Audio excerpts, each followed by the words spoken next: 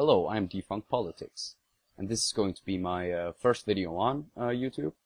I've been a passive watcher for years, enjoyed a lot of videos on YouTube, and I just thought I wanted to my first video to be about MRAs and radical feminists, but this other subject caught my attention instead. I wanted to talk about rationality and atheism because it seems that there is this there's this perception that just because you're an atheist, that makes you rational. And that doesn't really make any sense because, well, you don't have to be rational to be an atheist. You can not believe in God and be irrational. I mean, it's a no-brainer. You know, to assume that you're a genius just for not believing in a God, that's stupid. I mean, you make fundamentalist Christians out to be so stupid, believing in the bullshit that they do, but you don't seem to realize that this shit is so stupid, so it should be a no-brainer to not believe in it. I mean, isn't that kind of logical? Isn't that what these reason atheists rally behind, logic and reason? But sometimes the agenda of these people seem to, and their bias seem to overrule, you know, what's logical to do and say. If you look, for example, at the Thunderfoot case with Raw Muhammad Day, he thinks it's an awesome thing to do because, you know, freedom of speech, and all for that freedom of speech. It's not that. But anyway, that doesn't make very much sense when you turn around and get mad at people, specifically Coughlin, even though, you know, he didn't do a lot of the stuff that you accused him for, but you still, they get mad at him for, you know, photoshopping pictures of Thunderfoot.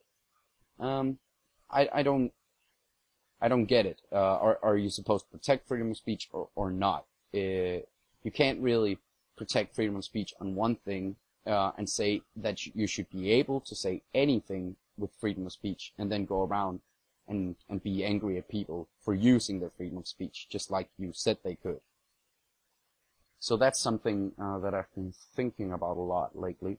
And, you know, I just want to, I'm going to end this video, it's going to be quite short, on another note, because when I started out as a YouTube atheist, and I started watching all these atheist videos, I felt the same way. I mean, I thought that just by being an atheist, you were going to be this awesome genius. I was 16 at the time, it's 3 years ago now. I'm still probably fucking stupid. I don't know. Maybe I am. But, at the time, I even made a blog where I just thought I would be awesome if I was provocative. So I just said I was anti-police and anti-military, and I was an atheist. Not substantiating any of it with any evidence or any, you know, convictions that I had. I just said that stuff to be controversial because I thought that would be awesome.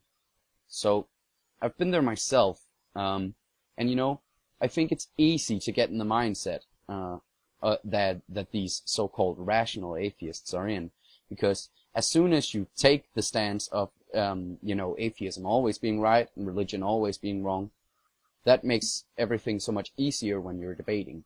Because if you don't understand, you know, like an argument that a person makes, you can just say, well, he's stupid, he's religious. So I understand the mindset that you're in because, well, it makes things a lot easier. And you don't really think about it as that, you just think about it as being right when you're there. But that's also why it's very important to always look back at what you've said and what you've done and consider it for a moment. You know, be self-scrutinizing. It's very important. If we are not self-scrutinizing in this community, we're going to be our own downfall. And, yeah, I'm going to end my video on that note. Take care, everybody.